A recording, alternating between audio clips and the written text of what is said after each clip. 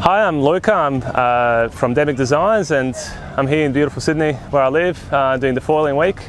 So today looks like a pretty good day. Nice sea breeze. It's not a true sea breeze, it's a gradient breeze, but I hope to have a good time on the water. I've got my 8-year-old boat here, which is kind of the bed for all my foil developments. I've obviously got a range of foils out in the market now for the Mott's. It mainly fits the Mark IIs at the moment, but there's a plan to get into production for the Extra set and other designs as well, which is what I'm currently working on. And the foil development really is on the back of what I did for with Dave Lister on the Masita foil that won the World Championships in 2013. That's kind of provided the pathway to these new designs ultimately. In terms of production, but both development. My approach is fairly practical. I obviously do CFD stuff with Cambridge University, which helps me a lot with some numbers that I can design to. But ultimately I do a fair bit of testing and a lot of prototyping and actually physically try the products. So this is the range. This is the, it basically comprises of a Swift small hydrofoil, which is this one here.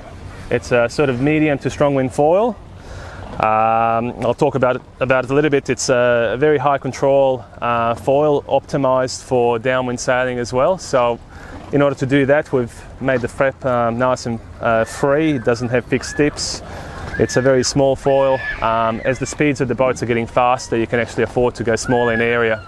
So there's been some big gains, and I think it's working quite well. We've got Tom Burton here with this boat next to me, who's also got a set. A few of the other guys, and I think they're getting a fair bit of traction. This is the large foil, which is typical moth day when the boat's falling over. But ultimately the large is a foil from 0 to probably about 13 knots, 14 knots, depending on your weight. And it's a bit more Masita-like with fixed tips, fixed flap and bend down tips as well, which we find helps reduce the span. I think the big problem with these foils quite often is that as you increase the span, you have to fly a lot lower in order for the tips not to come out of the water, so that's why the tips are bent.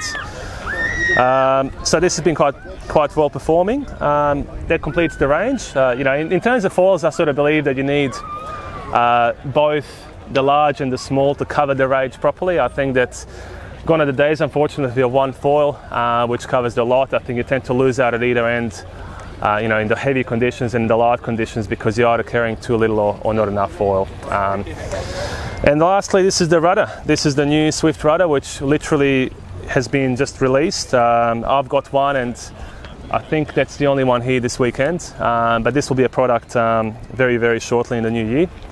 And it's an evolution of the old design. This is actually the third version of the rudder. We've gradually improved it.